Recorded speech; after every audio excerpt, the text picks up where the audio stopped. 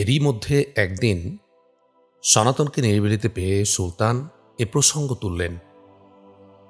সনাতন সাহেব এখন নিশ্চিন্তে ও হস্তচিত্তে সবকিছু স্বীকার করলেন এবং শ্রীচৈতন্যের মাহাত্ম্য সবিস্তারে বর্ণনা করতে লাগলেন।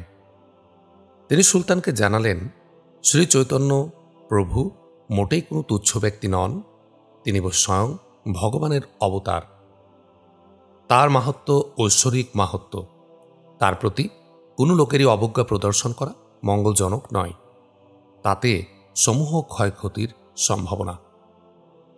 সুলতান এতে বিস্ময় প্রকাশ করলে সনাতন তাকে তুষ্ট রাখার অভিপ্রায়ে জানালেন, এটা সুলতানেরই মহৎ হৃদয়ের আর পুণ্যকর্মের ফসল। তিনি পুণ্যবান বলেই এবং তার রাজ্য ধর্মরাজ্য বলে শ্রীপ্রভু এখানে এসেছে, জন্ম নিয়েছেন এবং একমাত্র সুলতানেরই মহত্বের কারণে তিনি এই স্থানটা বেছে নিয়েছেন।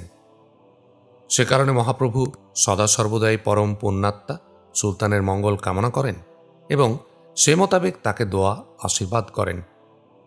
সে সাথে আরও তিনি জোর দিয়ে বললেন যে শ্রীপ্রভুরূপী স্বয়ং ভগবানের এত আশীর্বাদ আর শুভেচ্ছা যখন জনাবের উপর বিদ্যমান, তখন সর্বত্রই যে জনাবের জয় জয়কার সুনিশ্চিত, এটা তিনি হলপ করেই বলতে পারেন। এসব কথা শুনে উদার ও সরল মনের সুলতান অনেকটা দ্রবীভূত হলেন এবং খোশ দিলে বললেন, কিন্তু এখানে যে একটা প্রশ্ন থেকে যায় দবিরি খাস সাহেব, আপনার কথাটা যদি কিছু ঠিকও হয়, এতটা যে ঠিক তা আমি বিশ্বাস করব কি করে? দবিরি খাস সাহেব সোচ্চার কণ্ঠে বললেন, এ কথা আমাকে কেন জিজ্ঞেস করছেন মেহেরবান? এ প্রশ্ন আপনি আপনার নিজের আত্মাকে করুন। আপনি নরাধীপ, আল্লাহ তাআলার প্রতিনিধি। আপনি আমাদের ধর্মমতে আপনি আমাদের স্বয়ং বিষ্ণুরই অংশতুল্য। আপনাতে আর শ্রী চৈতন্য প্রভুতে কোনো ফাঁক নেই আলম্পনা। নিজে যিনি ভগবানের প্রতিনিধি আর ভগবান প্রতিম, তার তো ভগবানের হৃদয় বুঝতে কোনো তাকলিফ হওয়ার কারণ নেই। মহৎ হৃদয়কে বুঝতে পারেন আর মহৎ হৃদয়ের ইজ্জত দিতে পারেন। তুচ্ছ লোকের পক্ষে তা তো সম্ভব নয় জনাব। মহৎ ব্যক্তিদের যোগ্য সম্মান যুগে যুগে মহৎ ব্যক্তিরাই দিয়ে থাকেন। এতে উদার চিত্তে শাহানশাহর চিত্তে আরও অধিক উদারতা উঠলে উঠল। তিনি প্রফুল্ল চিত্তে বললেন, ঠিক ঠিক, যদিও আপনাদের ওইসব বিষ্ণু ভগবানে বা তার অংশীদারিত্বে আমার বিশ্বাস নেই, তবু এত লোক তার প্রতি শ্রদ্ধাশীল, এত মানুষ যার প্রেমে মাতোয়ারা, তিনি নিঃসন্দেহে কোনো তুচ্ছ ব্যক্তি নন, এ কথা আমি বিশ্বাস করি। অবশ্যই কিছু আসমানি গুণ তার মধ্যে আছে। তার প্রতি অশ্রদ্ধাশীল হওয়া বা তার মতবাদে কোনো বিঘ্ন সৃষ্টি করতে যাওয়া নিতান্তই হীনমন্যতা ও অসহিষ্ণুতা, যা আমার অভিপ্রেত নয় এবং যা আমি বরদাস্ত করি না। শুনে সনাতন সাহেব খুশিতে যার যার হয়ে সুলতানকে পুনঃ পুনঃ মোবারকবাদ জানালেন এবং তার মতলব হাসিল হওয়ার আনন্দে স্ফীত হয়ে ঘরে ফিরে এলেন। সুলতানও তার এই স্ফীত চিত্ত উদারতা চিত্তেই চেপে রাখতে পারলেন না। পরের দিনই দরবারে বসে সরকারিভাবে আদেশ জারি করলেন যে শ্রীচৈতন্য একজন গুণী, সৎ ও সদাশয় ব্যক্তি। তার মতবাদ প্রচারে কেউ বিঘ্ন সৃষ্টি করলে বা কেউ তার কোনোভাবে অসম্মান করলে তাকে তিনি মৃত্যুদণ্ড দেবেন। প্রকাশ্য দরবারে আর সরকারিভাবে এই ঘোষণা দেয়ায় উজির আজম সহ মুসলিম শাসনের শুভাকাঙ্ক্ষীরা স্তম্ভিত হয়ে গেলেন। এ প্রেক্ষিতে দু একজন ইসলামের অগ্রগতি তথা মুসলমানদের স্বার্থ বিঘ্নিত হওয়ার প্রসঙ্গ তুললে সুলতান রুষ্ট কণ্ঠে জানালেন, ইসলাম এত অনুদার নয় বা ইসলামে এমন কোনো সংকীর্ণতা নেই যা পরধর্মের প্রতি ঈর্ষান্বিত হতে হবে এবং পরধর্ম প্রচারে বিরোধিতা করতে হবে। ইসলামের ভিত ইমানের উপর। ইমানের জোর দিলে যাদের পোক্ত, পরধর্মের প্রচারে ও প্রসারে তাদের কিছুই এসে যায় না। এছাড়া শ্রীচৈতন্য একজন সৎ মহৎ ব্যক্তি, এই সালতানাতের তিনিও একজন শুভাকাঙ্ক্ষী। তিনি কোনো রাজনৈতিক বা সাম্প্রদায়িক বিদ্বেষভাবাপন্ন ব্যক্তি নন। সুতরাং সুলতান যে আদেশ ঘোষণা করেছেন তাই সর্বতোভাবে বহাল থাকবে। অদৃষ্টের পরিহাস, সুলতান যাকে মহৎ আর সজ্জন বলে ভাবলেন, সেই শ্রী চৈতন্য সুলতানকে মহৎ তো দূরের কথা, বিন্দুমাত্র সজ্জন বলে ভাবলেন না। সুলতান যার প্রতি শ্রদ্ধায় গদগদ হলেন, তিনি সুলতানের প্রতি কিছুমাত্র শিষ্টাচার বজায় রাখারও ধারে কাছেই গেলেন না। সুলতান যাকে অরাজনৈতিক ও অসাম্প্রদায়িক ভাবলেন, তিনি পূর্ণোদ্যমে রাজনৈতিক ও সাম্প্রদায়িক কর্মকাণ্ডে লিপ্ত হলেন। তিনি প্রতিটি স্থানে, প্রতিটি ক্ষেত্রে, প্রতিটি প্রসঙ্গে সুলতানকে হীন, কালো জবন, ম্লেচ্ছ, দুর্মতি ও দুর্জন বলে অভিহিত করতে লাগলেন। এমনকি শাহী চিকিৎসক মুকুন্দকে একদিন বিপুল জনসমক্ষে ম্লেচ্ছ রাজার চিকিৎসক বলে তিনি অপমানিত করলেন। রাজনৈতিক ও সাম্প্রদায়িক কারণে কাজী কোতোয়ালদের সাথে তিনি অহরহ বিবাদ বিসম্বাদে লিপ্ত হতে লাগলেন এবং রাজ আদেশে আবদ্ধ কাজী কোতোয়ালদের অক্ষমতার সুযোগ নিয়ে তাদের উপর নানাভাবে জুলুম শুরু করলেন। স্রেফ স্বদেশেই নয়, এই রাজনৈতিক ও সাম্প্রদায়িক কর্মকাণ্ডের জের তিনি সুদূর উৎকলেও টেনে নিয়ে গেলেন। সেখানে তিনি নিম্ন শ্রেণীর হিন্দুদের ইসলাম থেকে ফিরিয়ে বৈষ্ণব ধর্মে আনতে লাগলেন এবং রাজনৈতিক যুক্তিশলা নিয়ে উৎকল রাজ প্রতাপরুদ্রের সাথে পুনঃ পুনঃ বৈঠক দিতে লাগলেন। সুলতান আলাউদ্দিন হোসেন শাহর সামরিক শক্তির খবর আগেই তিনি সংগ্রহ করে নিয়েছিলেন। প্রতাপরুদ্রকে বাঙ্গালার বিরুদ্ধে অভিযান চালাতে উদ্যত দেখে তাকে তিনি শশব্যস্তে বাধা দিলেন। তিনি তাকে হুঁশিয়ার করে দিয়ে বললেন, ওই ম্লেচ্ছ ও কাল জবন রাজা পঞ্চ গৌড়স্বর পরম দুর্বার ও মহাশক্তিধর রাজা। এখন তার কোনো দিকেই তেমন কোনো যুদ্ধ ব্যস্ততা নেই। সমুদয় শক্তি এখন একত্র করে নিয়ে সে গাঢ় হয়ে রাজধানীতে বসে আছে। মওকা বুঝে আঘাত করা ছাড়া এই মুহূর্তে প্রতাপরুদ্রের বাঙ্গালা অভিযান করাটা নিতান্তই নির্বুদ্ধিতা হবে। নানাভাবে বুঝিয়ে ও সলা পরামর্শ দিয়ে শ্রী চৈতন্য প্রতাপরুদ্রকে সুযোগের অপেক্ষায় বসিয়ে রাখলেন এবং এ মুহূর্তে তার বাঙ্গালা অভিযান স্থগিত করে দিলেন। প্রতাপরুদ্রের সেই সুযোগ আসতেও বিলম্ব হল না। বাঙ্গালা মুলুকে পুনরায় যুদ্ধের বাজনা বেজে উঠল এবং বাঙ্গালা সুলতানকে পুনরায় দুশ্মন ঠেকানোর কাজে ব্যতিব্যস্ত হয়ে পড়তে হল। সুলতান আলাউদ্দিন হোসেন শাহ যখন শ্রীচৈতন্যের হেফাজতে নিশ্চিত করতে ব্যস্ত, সেই ফাঁকে তার সালতানাতের হেফাজতি এতিম হয়ে পড়ল। চাটিগাঁয়ের খবর নিয়ে ছুটে এলেন শমশের আলী। চাটিগা পুরোটাই এখন দুশ্মনের দখলে। সালার হৈতন খানের হাতে বিপর্যস্ত হয়ে ত্রিপুরারাজ ধর্মানিক্য ফের কিছুদিন খামোশ হয়ে রইলেন। এরপর বাহুতে তারা আস্তে আস্তে শক্তির সঞ্চার হওয়ার ফলে কিভাবে ওই তস্করলভ্য লাঞ্ছনার প্রতিশোধ গ্রহণ করা যায়, কিভাবে তার হৃত অঞ্চলগুলো পুনঃদখল করা যায়, এসব চিন্তায় তিনি নতুন করে মনোনিবেশ করলেন। পুনঃ পুনঃ বিপর্যস্ত হওয়ার কারণে তিনি চিন্তা করে দেখলেন, একক শক্তিতে বাংলার সুলতানকে এঁটে ওঠা সম্ভব নয়, একাধিক শক্তি চাই। অন্তত দুই শক্তি একত্র হয়ে বাঙ্গালার বিরুদ্ধে দাঁড়ালে তবেই তার অভীষ্ট সিদ্ধ হওয়া সম্ভব। তিনি মিত্র খুঁজতে লাগলেন এবং অবিলম্বে মিত্রও তিনি পেলেন। হাত বাড়াতে লাফিয়ে এসে হাত মেলালেন আরাকান রাজ রসাঙ্গ। আরাকানের অধিপতিরা শুরু থেকে দুশ্মন ছিলেন বাঙ্গালার সালতানাতের। মুসলমানদের প্রথম চাটিকা বিজয়ের কালে অন্যান্য হিন্দু শক্তির সাথে আরাকানও প্রাণপণে লড়াই করে মুসলিম শক্তির বিরুদ্ধে। সেই লড়াইয়ে পরাজিত লাঞ্ছিত হওয়ার পর থেকে মগেরা মুসলিম শাসনের জাত শত্রু হয়ে সুযোগের অপেক্ষায় বিদ্যমান। এক্ষণে ধনমাণিক্যের দাওয়াতে আরাকান রাজ রসাঙ্গ উৎফুল্ল হয়ে সে দাওয়াত কবুল করলেন। অতপর যুক্তি পরামর্শ পাকা করে ধনমাণিক্য ও রসাঙ্গের দুই শক্তি দুই দিক থেকে অতর্কিতে ঝাঁপিয়ে পড়ল চাটিগাঁয়ের উপর। চাটিগাঁয়ের প্রশাসক পরাগল খান এই উভয়মুখী অতর্কিত হামলায় দিশেহারা হয়ে গেলেন। একজনকে সামলাতে আরেকজন এগিয়ে আসে বিনা বাধায়। তাকে ফের সামলাতে গেলে প্রথমজন এগিয়ে এসে দখল করে চাটিগাঁয়ের একটি অংশ। এমনই হালে চলতে গিয়ে পরাগল খান ক্রমেই কমজোর হয়ে পড়তে লাগলেন এবং আস্তে আস্তে সদর এলাকা থেকে তিনি পিছু হটতে হটতে মফস্বলে চলে এলেন। এতে করে প্রায় পুরো চাটিগা মুলুকটাই এই মিত্র শক্তি দখল করে ফেলল। মাত্র কয়েকদিনের ঘটনা। যুদ্ধের ফলাফল সম্বন্ধে একটা ধারণা গ্রহণ করতে করতেই পরাগল খানের এই বিপর্যয় ঘটে গেল। সঙ্গে সঙ্গে শমশের আলীর গোয়েন্দারা চাটিগাঁয়ের খবর নিয়ে রাজধানী একডালার দিকে ছুটল এবং সুদূর চাটিগা থেকে দিন রাত সমানে ছুটে একডালতে এসে তারা এই খবর শমশের আলীকে দিল। শমশের আলী তৎক্ষণাৎ এই বিপর্যয়ের খবর নিয়ে সুলতানের কাছে পেশ করলেন। সঙ্গে সঙ্গে আবার রাজধানীতে সাজ রব পড়ে গেল। ধর্মানিকের নিদারুণ নির্লজ্জ এই আচরণে সুলতান সহ অনেকের মাথায় আগুন ধরে গেল। একসাথে হাতিয়ারে হাত দিলেন বৃদ্ধ শার্দুল শাহানশাহ আলাউদ্দিন হোসেন শাহ, তদীয় পুত্র শাহজাদা নসরত শাহ। আর স্রেফ সালার সামন্ত নন, এ দুশ্মনের যোগ্য জবাব তারা এবার দিতে চান। পিতাপুত্রের কাড়াকাড়িতে শেষ পর্যন্ত শাহজাদা নসরত শাহরই জয় হল।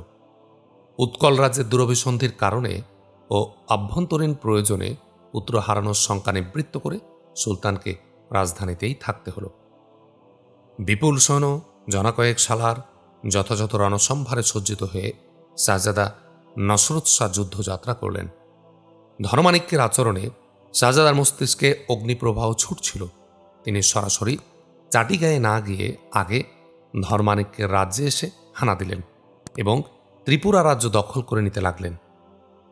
ধর্মানিকের ধারণা ছিল বাঙ্গালার ফৌজ এলে এবার অবশ্যই সরাসরি চাটিগাঁয়ে ছুটে আসবে, ত্রিপুরা নিয়ে মাথা ঘামাতে যাবে না। কিন্তু আবার তার হিসেবে ভুল হল। বাঙ্গালার ফৌজ পুনরায় তার রাজ্যে হানা দেয় ধর্মানিক্য যার পর্ণায় আটকে উঠলেন। দখলীকৃত চাটিগাঁয়ের দায়িত্ব রসাঙ্গের উপর রেখে তিনি নিজ রাজ্য রক্ষায় পরিমরি ছুটে এলেন। ফলাফল যা হবার তাই হল।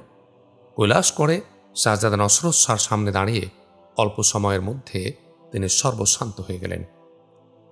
তামাম সৈন্য রালি দিয়ে এবার তিনি প্রাণের ভয়ে আর রাজধানীতেও গেলেন না। বনারণ্যের মধ্যে পর্বত গহ্বর গিয়ে আত্মগোপন করলেন। রাজধানী রক্ষার্থে ধর্মানিকের যে বাহিনী রাঙ্গামাটিতে ছিল, এবার তাদের বিরুদ্ধে শাহজাদা বিপুল বেগে ধাবিত হলেন। কিন্তু বাদ সাধল আরাকান রাজ রসাঙ্গ। ইতোমধ্যেই তিনি চাটিগাঁওকে মুসলমান মুক্ত করার এক অমানবিক হত্যাযজ্ঞে লিপ্ত হলেন। সেখানে প্রতিদিন দলে দলে মুসলমান জনগোষ্ঠী নিহত হতে লাগল। খবর পেয়ে রাঙ্গামাটির ফয়সালা পরে করার ইরাদা নিয়ে শাহজাদা তৎক্ষণাৎ তার বাহিনী নিয়ে চাটিগাঁর দিকে ঘুরলেন। বিপুল বেগে ছুটে এসে শাহজাদা রসাঙ্গের উপর বাঘের মতো ঝাঁপিয়ে পড়লেন। বাংলার এই বিশাল শক্তির সামনে রসাঙ্গ অধিকক্ষণ টিকে থাকতে পারলেন না। রসাঙ্গের ধারণা ছিল ধর্মানিক্য ত্রিপুরাতে বাংলার ফৌজকে ঠেকিয়ে দেবেন এবং ইতোমধ্যেই তিনি চাটিগাঁয়ে তার অবস্থান মজবুত করে নেবেন। সেই হিসাবে রসাঙ্গেরও ভুল হল। বাংলার শক্তি এমন অক্ষতভাবে আর এত জলদি তার উপর চড়াও হবে এটা তিনি কল্পনাতেও আনতে পারেননি। ফলে তিনি অল্পক্ষণের মধ্যে সর্বশান্ত হয়ে রণস্থল থেকে পালালেন। শাহজাদা নসরত শাহ তাকে তাড়িয়ে নিয়ে আরাকানের অভ্যন্তরে পৌঁছলেন। আরাকান রাজ পালিয়ে নিজের সুদূর রাজধানীতে গিয়ে আশ্রয় নিলে শাহজাদা ক্ষিপ্ত গতিতে আরাকানের কিছু অংশ দখল করে নিয়ে ধর্মানিকের বিহিত করার অভিপ্রায়ে চাটিগা ফিরে এলেন। চাটিগাঁয়ে বাংলার দখল পুনঃপ্রতিষ্ঠা করে তিনি চাটিগাঁয়ের নাম রাখলেন ফতেহাবাদ। ফতেহাবাদ পরাগল খানকে মজবুতভাবে বসিয়ে দিয়ে শাহজাদা ফের ত্রিপুরায় ছুটে এলেন এবং ধর্মানিকের রাজধানী রাঙ্গামাটি অবরোধ করে বসলেন। সর্বস্ব যায় দেখে ধর্মানিক্য এবার একদম মরণাপন্ন জীবের মতো মাটিতে শুয়ে পড়লেন। প্রতিরোধের পরিবর্তে প্রচুর হাতি ঘোড়া বহুমূল্যবান উপঢৌকনা দিয়ে এনে শাহজাদা নসরত শাহর কাছে তিনি স্বনির্বন্ধভাবে ক্ষমা ও অভয় প্রার্থনা করলেন। যাবৎ শাহজাদা নসরত তাকে সে অভয়দান করলেন, ততক্ষণ তিনি আতঙ্কে ছটপট করতে লাগলেন। ত্রিপুরার একদম কোমর ভেঙে যাওয়ায় এবং সে শক্তির অদূর ভবিষ্যৎ আর উঠে দাঁড়ানোর কোনো সম্ভাবনা না থাকায় শাহজাদা নসরত শাহ তাকে অভয়দান করে বাহিনী উঠিয়ে নিয়ে রাজধানী একডালায় ফিরে এলেন। বাঙ্গালা মুলুকের আয়তন এমনিতেই বিশাল ছিল। কামতা কামরূপ থেকে সুদূর চাটিগা, ওদিকে আবার পশ্চিম ও দক্ষিণ বঙ্গ গোটাই এবং বিহারেরও কিয়দাংশ। সুতরাং অনর্থক রাজ্যসীমা আরও অধিক বাড়িয়ে সামরিক ও প্রশাসনিক জটিলতা বৃদ্ধি করতে তিনি গেলেন না। কিন্তু যুদ্ধের বাজনা তবুও থামল না। সেই যে শুরু হলো ত্রিপুরা আরাকান রাজ খামোশ হওয়ার পরেও সে বাজনা ধীর গতিতে চলতেই লাগল। উৎকল রাজ প্রতাপ রুদ্র সে থেকে সুযোগের অপেক্ষায় ছিলেন। ত্রিপুরা রাজ ও আরাকান রাজ বাঙ্গালামূলক আক্রমণ করার সাথে সাথে তিনি তখনই নেচে উঠলেন। পরীক্ষামূলকভাবে বাঙ্গালার বিরুদ্ধে তখনই তিনি বিশাল এক বাহিনী প্রেরণ করলেন এবং ফলাফলের অপেক্ষা করতে লাগলেন। এই বাহিনীর সাফল্য কিছু দেখলেই তিনি সর্বতোভাবে ঝাঁপিয়ে পড়বেন বাঙ্গালা মুলুকের উপর, এই ছিল তার পরিকল্পনা। কিন্তু অপেক্ষার তার সত্তর কোনো পরিসমাপ্তি ঘটল না। অপেক্ষা করেই রইতে হলো তাকে। একদিকে অচিরেই ত্রিপুরা রাজ আর আরাকান রাজের পতন ঘটল, অন্যদিকে তার বাহিনীও কোনো সুবিধায় আনতে পারল না। গড় মন্দারণে বাঙ্গারাজ্যে জোরদার করা সীমান্ত বাহিনী ছিল এবং রাজধানী থেকে পরে আবার সুলতান যে বাহিনী উৎকলের সীমান্ত দেশে পাঠিয়ে দিয়েছিলেন, এই উভয় শক্তি এক হয়ে উৎকল রাজের বাহিনীর মোকাবেলায় নামল। ফলে সেই যে আবার উৎকলের সাথে শুরু হলো লড়াই, অমীমাংসিতভাবে চলতেই লাগলো সে লড়াই। সীমান্তের বাহিনী উৎকলের মোকাবেলা মোটামুটি সার্থকভাবেই করেছে দেখে সুলতানও আর সদ্য রণক্লান্ত সেনা আসনও উৎকল প্রেরণ করলেন না। তিনিও বসে বসে লড়াইয়ের গতি আর উৎকল রাজের উদ্যোগ পর্যবেক্ষণ করতে লাগলেন। প্রথমে চৈতন্য ঘটিত এবং তৎপরে এই সমস্ত যুদ্ধ বিগ্রহের খবরাখবর করা নিয়ে শমশের আলী পুনরায় ব্যস্ত হয়ে পড়ায় এবং অধিক সময় তাকে রাজধানীর বাইরে বাইরে থাকতে হওয়ায় তিনি আল আজাদের তেমন একটা খবর রাখতে পারেননি। কয়েকদিন আগে তাকে তিনি যা দেখেছিলেন তাতে আল আজাদের তবিয়ত কিছু খারাপ বলেই তার সন্দেহ হয়েছিল, কিন্তু তখনই আবার তাকে নবদ্বীপে এবং সে সাথে চৈতন্যের উৎকল সফরের সূত্র ধরে উৎকলে যাত্রা করতে হওয়ায় আল আজাদের আর কোনো খবর রাখা হয়নি। তিনি ফিরে এসে খবর নিতে গিয়ে দেখলেন আল আজাদ শয্যাশায়ী, তার উত্থান শক্তি লুপ্তপ্রায়। না চাইতেই কোনো কিছু অঢেল যখন পাওয়া যায় তখন তা যত মূল্যবানই হোক তার গুরুত্বই তেমন থাকে না। হঠাৎ করে সে পাওয়াটা বিলকুল বন্ধ হয়ে গেলে তার গুরুত্বটা গভীরভাবে অনুভব করে মানুষ। সেই অভাবটা ভয়ানকভাবে কাতর করে মানুষকে। আল আজাদের অবস্থা হল তদ্রূপ। শাহজাদি আরজুমান বানু বেগমের সাহচর্যটা আল আজাদের কাছে একটা আটপৌরে ব্যাপার ছিল। আল আজাদের কাছে তখন এর গুরুত্ব তেমন কিছু একটা ছিল না, বরং কিভাবে এই সাহচর্যটা ত্যাগ করা যায় এই চিন্তা প্রায়শই তিনি করতেন। এখন যখন হঠাৎ একেবারেই ত্যাগ করতে হলো, আল আজাদ এতিম হয়ে গেলেন, নিঃস্ব হয়ে গেলেন।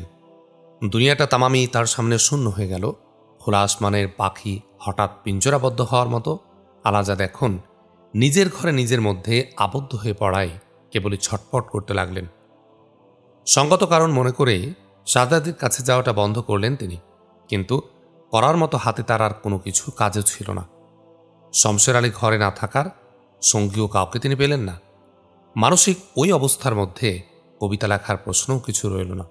ফলে নির্জন বাসের মতো আল আজাদ দুনিয়া থেকে একেবারে বিচ্ছিন্ন হয়ে গেলেন। তবুও হয়তো কিছু সইত, কিন্তু একান্তই এ আপনজন আরজুবানুকে হঠাৎ একেবারে পর ভাবার বেদনাটা তিনি আর সহ্য করতে পারলেন না। দম তার বন্ধ হয়ে এলো, তিনি শয্যা নিলেন। শমশের আলী ফিরে এসে আল আজাদকে এ অবস্থা দেখে ভীষণভাবে চমকে উঠলেন। খোঁজ নিয়ে জানলেন পানাহারও এখন প্রায় ছেড়েই দিয়েছেন আল আজাদ। হেকিম ডেকে তেমন কোনো বিমার ব্যাধির খোঁজ না পেয়ে শিরোয়ানি সাহেবও বেওকুফ বনে গেছে। বিমারটা দেহের নয় মনের, তা তিনি অবশ্যই বুঝেছেন, কিন্তু ব্যাধিটা যে কি তা তালাশ করে পাননি।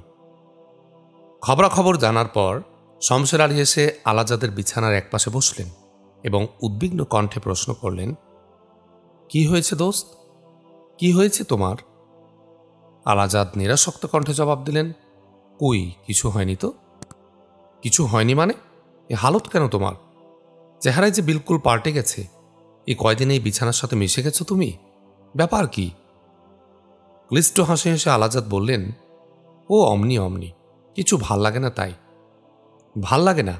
খাওয়া দাওয়া নাকি ছেড়ে দিয়েছ বিলকুল? রুচি হয় না দোস্ত। সে কি অমনি অমনি এই হালাত হলো তোমার? পাগল বুঝাচ্ছ আমাকে? আসল ঘটনা কি তাই বলো। আসল ঘটনা মানে? আসল ঘটনা কি আর থাকবে? কি থাকবে তা তুমিই জানো। শুনলাম বিমার ব্যাধি ভেতরে কিছু নেই, তাহলে কি হাওয়া থেকে এই অবস্থা হলো? দোস্ত, শাহজাদের ওখানেও বুঝে যাওনি আরে কয়দিন? না। কতদিন হলো যাওনি? সে বেশ কিছুদিন হলো। এ অসুস্থ হয়ে পড়ার পর থেকে আর যাওনি? না, তারও কিছুদিন আগে থেকেই যায়নি। আগে থেকে যাওনি? কেন কেন? যাওয়ার আর দরকার নেই। শমশের আলী চমকে উঠলেন এবার। সে সাথে বিমারের কারণটাও চকিতে কিছু অনুমান করতে পারলেন তিনি। সবিস্ময়ে বললেন, দরকার নেই? কাজ তোমাদের শেষ হয়েছে? মানে শাহজাদির আর তালিম নেওয়ার দরকার নেই? তা জানি নে। তার অর্থ শাহজাদি না করে দিয়েছেন তোমাকে? না। ঝগড়া হয়েছে তোমাদের মধ্যে? না। তাজ্জব। তাহলে যাওয়ার আর দরকার নেই বলছো কেন? দরকার নেই ঠিক তা নয়, যাওয়া আর উচিত নয় তাই। শমশের আলী বিস্মিত হলেন, অস্ফুট কণ্ঠে বললেন, উচিত নয়? না, একদম উচিত নয়। কারণ? শাহজাদির বিয়ে। শমশের আলী আসমান থেকে পড়লেন, বিপুল বিস্ময়ে বললেন, শাদি? হ্যাঁ, শিগগিরই শাদি হচ্ছে শাহজাদির। তাই তুমি কি বলছো, শাদি হচ্ছে মানে? আলাজাদ করুণ কণ্ঠে বললেন, এর আর মানে কি দোস্ত? শাদি হচ্ছে মানে শাদি হচ্ছে। তাজ্জব, আমার মাথায় আর কিছু ঢুকছে না। নওশাটি কি তাহলে? শাহজাদা ফিরোজ? দোস্ত, শাহজাদা ফিরোজ শাহ। শাহজাদা ফিরোজ? এ কি বলছো তুমি? জি, ঘটনাটা তাই। শমশের আলী নীরব হয়ে গেলেন। শাহজাদা ফিরোজের সাথে আরজুবানু শাদির সেই চিন্তাভাবনার কথাটা শমশের আলীও জানতেন। সেই শাদিটাই তাহলে হতে যাচ্ছে শেষ পর্যন্ত? চিন্তা করে শমশের আলী স্তব্ধ হয়ে গেলেন, আর কথা খুঁজে পেলেন না। অনেকক্ষণ নীরব থাকার পর তিনি প্রশ্ন করলেন, খবরটা কি ঠিক শুনেছ তুমি? মানে, কোনো উড়ো খবর পাওনি তো? আলাজাদ উদাস কণ্ঠে বললেন, একদম ঠিক খবর। গুরুত্বপূর্ণ উৎস থেকে এই খবর আমি জেনেছি। বলো কি, ইতোমধ্যে এতটাই ঘটে গেছে? গেলই তো। শাহজাদিও সমর্থন করলেন এ শাদি? মানে তুমি কি নিঃসন্দেহ যে শাহজাদির স্বতঃস্ফূর্ত সমর্থন আছে এই শাদিতে? ক্লিষ্ট হাসি হেসে আলাজাদ বললেন, কেন থাকবে না দোস্ত? এটা তো আর আচানক কোনো ব্যাপার নয়। অনেক আগে থেকে সাব্যস্ত হয়ে আছে এ শাদি। দুলহা দুলহিন উভয়েরই জানা আর সমর্থিত ঘটনা। বিচিত্র। অবিরাম যুদ্ধবিগ্রহের জন্যে এতদিন আটকে ছিল এ শাদি, আর কতদিন আটকে থাকবে বলো? শমশের আলী পুনরায় নীরব হয়ে গেলেন। তার চোখ মুখ মলিন হয়ে গেল। পরে একটা দীর্ঘ নিঃশ্বাস ফেলে তিনি বললেন, তোমাকে নিয়ে শাহজাদি তাহলে সত্যিই খেলা করলেন এতদিন? দোস্ত, আমার গোয়েন্দাগিরি জীবনে এ আমার প্রথম পরাজয়। হ্যাঁ, শাহজাদির মন মানসিকতা সম্বন্ধে যে তথ্য আমি সংগ্রহ করেছি এ যাবৎ, তা তামামই ভুল। শাহজাদিকে এ যাবৎ আমি খাঁটি সোনাই ভেবেছি, কিন্তু এখন দেখছি আদৌ তা খাঁটি নয়, সবটুকুই মেকি। আলাজাদও ছোট্ট একটা নিঃশ্বাস চেপে বললেন, কি জানি, হবেও বা হয়তো। এজন্যই বোধহয় হিন্দুরা বলেন, নারীর মন ওদের দেবকুলেরও অজানা। মৃদু একটা বাধা দিয়ে আলাজাদ বললেন, থাক দোস্ত, ভেতরের ব্যাপারটা যখন পুরোপুরি আমরা কেউ জানি নে, শাহজাদি কেন আর কি ভেবে শাদিতে রাজি হলেন তা যখন আমাদের কাছে স্পষ্ট নয়, তখন তার সম্বন্ধে এমন মন্তব্য না করাই ভালো। শমশের আলী ক্লিষ্ট হাসি হেসে সখেদে বললেন, এখনো দিলে তোমার ফুটছে? হ্যাঁ, এতটার পরও শাহজাদির বদনামিতে দিল তোমার টনটন করে উঠছে? দোস্ত, এতটা ভালোবেসে ফেলেছিলে তুমি তাকে? না মানে, অথচ বারবার তুমি বলে এসেছো এটা কখনো তুমি চাও না, এটা তোমার না পছন্দ। না, কথাটা হলো এখন আত্মপ্রবঞ্চনার প্রয়াস পাচ্ছ। দোস্ত, আজ ঠিক ঠিক বলো তো, শাহজাদিকে তুমি ভালোবাসো কিনা? আলাজাদ নিরুত্তর হলেন। শমশের আলী ধমক দিয়ে বললেন, জবাব দাও, আর কত চাতুরি করবে তুমি আমার সাথে? আলাজাদ অসহায় হয়ে গেলেন। কাতর কণ্ঠে বললেন, তুমি বিশ্বাস করো দোস্ত, আগে আমি এতটা বুঝতে পারিনি। এখন তাহলে বুঝতে পারছো? আলাজাদ আবারও নীরব হলেন। আবার ধমক দিলেন শমশের আলী। বললেন, কি হলো, এখন বুঝতে পারছো তো? আলাজাদ নিঃশ্বাস ফেলে বললেন, আর বুঝে কি হবে দোস্ত, সে প্রসঙ্গ তো মুর্দা এখন। ঘটনা তাহলে এই? দোস্ত, এই তোমার বিমার। না, বিমার ঠিক নয়, মানে মনটা খুবই খারাপ। শমশের আলী এবার দুঃখ করে বললেন, খারাপ হলেই বা করবে কি? আগেই তোমাকে হাজারবার সাবধান করে দিয়েছি, কিন্তু তুমি গায়ে মাখনি কথাটা আমার। এখন আর আফসোস করে ফায়দা আছে কিছু? হ্যাঁ, সে তো ঠিকই, তবে কিন্তু করে কোনো লাভ নেই। যা তুমি চেয়েছিলে তাই তুমি পেয়েছ। জিন্দেগি জের শুরু থেকেই বাড়াতে যখন চাওনি, তখন ও নিয়ে ভেবে আর কাজ নেই। যেভাবে চলছিলে এখন আবার নতুন করে সেভাবে চলার কোশিশ করো। আলাজাদ উদাস কণ্ঠে বললেন, হ্যাঁ, তা একদিক দিয়ে তুমি ঠিকই বলেছ। এ আমার জন্যেই ভালো হলো। ঠিক এ সময়ে কুদরত খাঁ দরজায় এসে দাঁড়ালো। সে শমশের আলীদের উদ্দেশ্য করে বলল, বাবজান, ছোটি মালেকা। চমকে উঠে উভয়ে সবিস্ময়ে চাইতেই কুদরত খাঁ ফের বলল, ছোটি মালিকা সাহেবা তশরিফ এনেছেন এখানে। ছোটি মালিকা আরজুমান বানু বেগমের সেই থেকে বিস্ময়ের অবধি নেই। আসি বলে সেই যে বেরিয়ে এলেন আলাজাদ, আর তিনি তার কাছে যাননি। পরপর কয়েকদিন কাব্যচর্চার কক্ষে সে একাই বসে হতাশ দিল নিয়ে ফিরে গেছেন তিনি। ইতোমধ্যে যুদ্ধের বাজনা বেজে ওঠার আর শাহজাদা নসরত শাহ যুদ্ধযাত্রা করায় হঠাৎ একটা থমথমে পরিবেশ নেমে এলো। মহলে কেমন একটা শঙ্কার ভাব বিরাজ করতে লাগল। শাহনশাহ সহকারে সকলের মুখমণ্ডল ভারী হয়ে উঠল। এই অবস্থা দেখে শাহজাদিও দমে গেলেন। এই অবস্থায় আলাজাদকে খবর দিয়ে এনে কাব্য কবিতা করার তেমন উৎসাহ তিনি পেলেন না, এবং এই শঙ্কাগ্রস্ত থমথমে মহলে কাব্য কবিতা নিয়ে মাতামাতি করাটাও তিনি সমীচীন বোধ করলেন না। বরং শাহজাদা নসরত শাহ সহি সালামতে লড়াই থেকে ফিরে এলে তবেই ফের কাব্য কবিতায় বসবেন। আলাজাদ তখন এলেও তাকে কয়েকদিন অপেক্ষা করতে বলবেন, এ কথাই ভাবলেন তিনি। সেই সাথে আরও ভাবলেন, মহলের এই পরিবেশ দেখেই হয়তো আলাজাদ আর আসছেন না, বা জরুরি কোনো কারণে অন্য কোথাও গেছেন, তাকে বলে যেতে পারেননি। কিন্তু শাহজাদা নসরত শাহ বিজয় গৌরবে ফিরে আসার পরও এবং মহলে আবার খুশির হিল্লোল বইতে থাকা সত্ত্বেও আলাজাদ এলেন না দেখে শাহজাদি বিস্মিত, চিন্তিত হয়ে পড়লেন। খোঁজ নিতে গিয়ে জানলেন আলাজাদ অসুস্থ। তার প্রেরিত লোক ফিরে এসে জানালো আলাজাদ শয্যাশায়ী, তিনি এখন উত্থান শক্তিরহিত। খোদ শিরওয়ানি সাহেবের মুখেই সে কথা শুনে এসেছেন।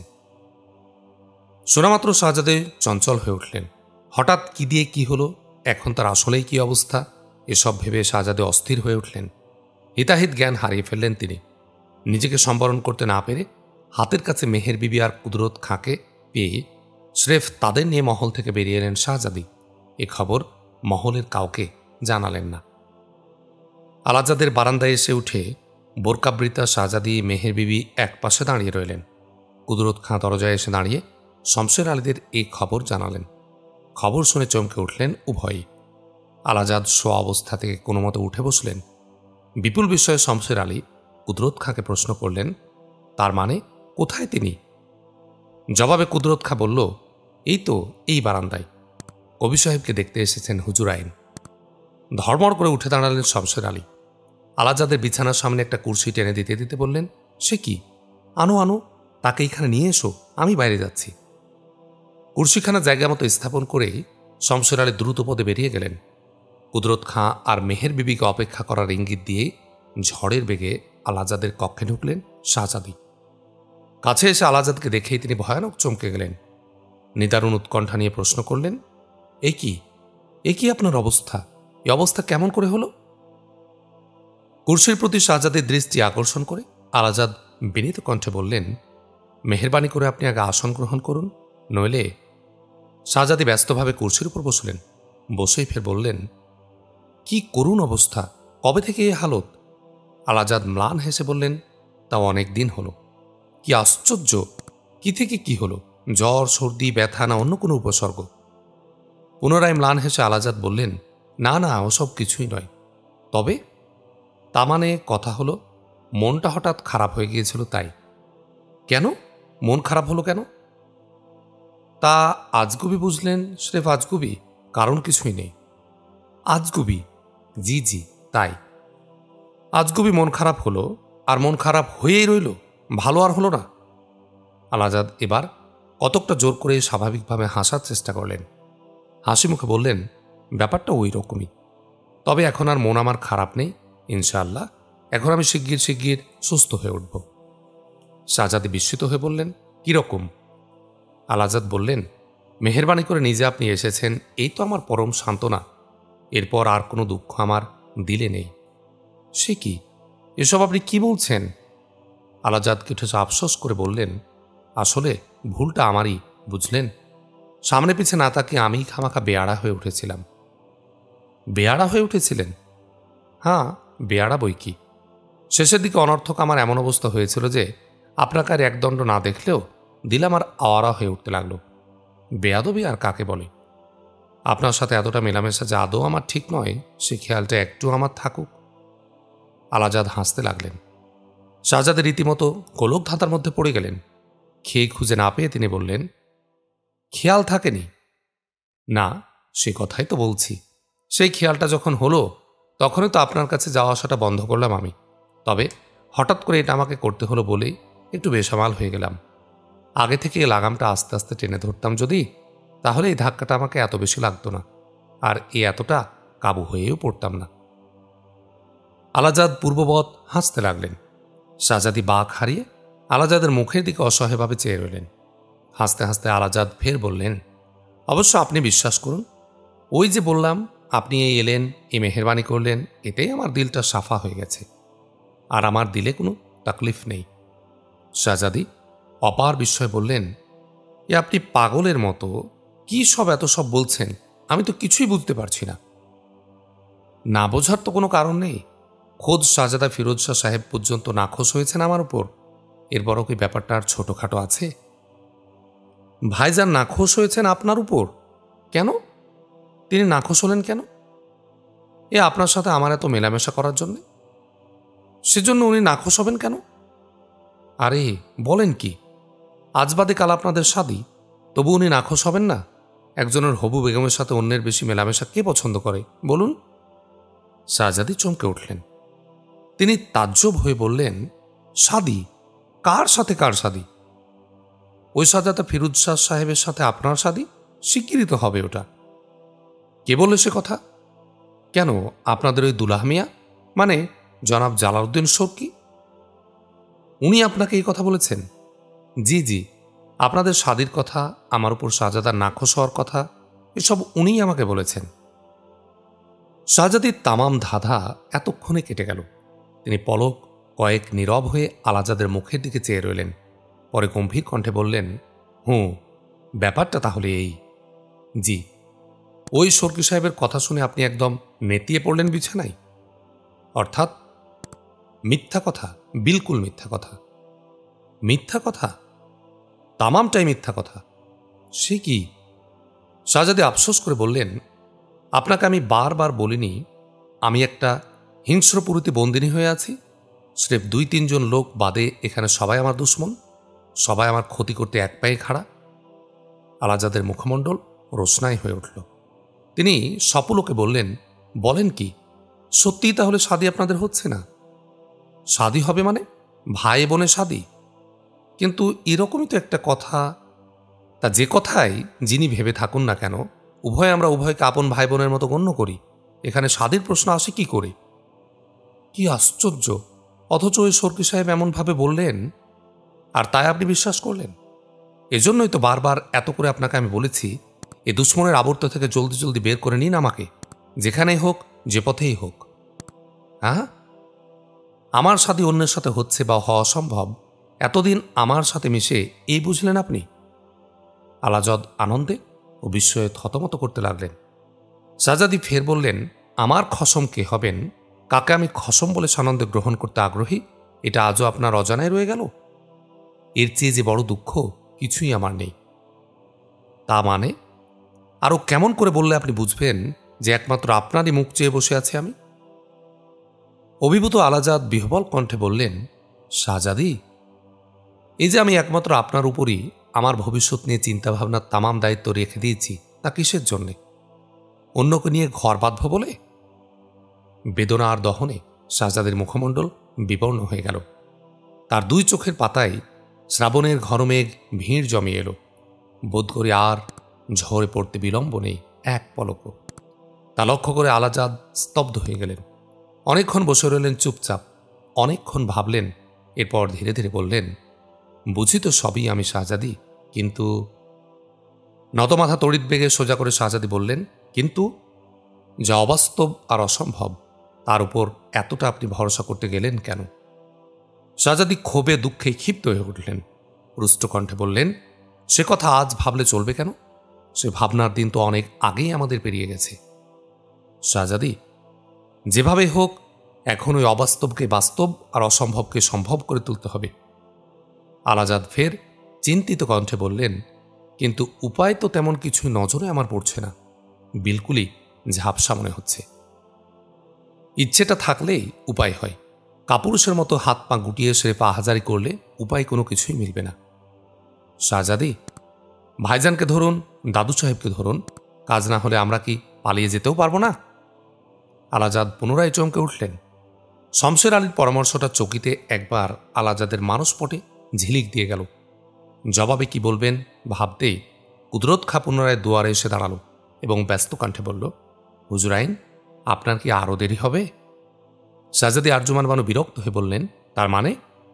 কুদরত খাঁ নতমস্তকে বলল, এক পাইক এসে এখনই আমাকে খবর দিয়ে গেল মহলে আমার তলব পড়েছে হুজুরাইন, খোদ শাহানশাহর তলব।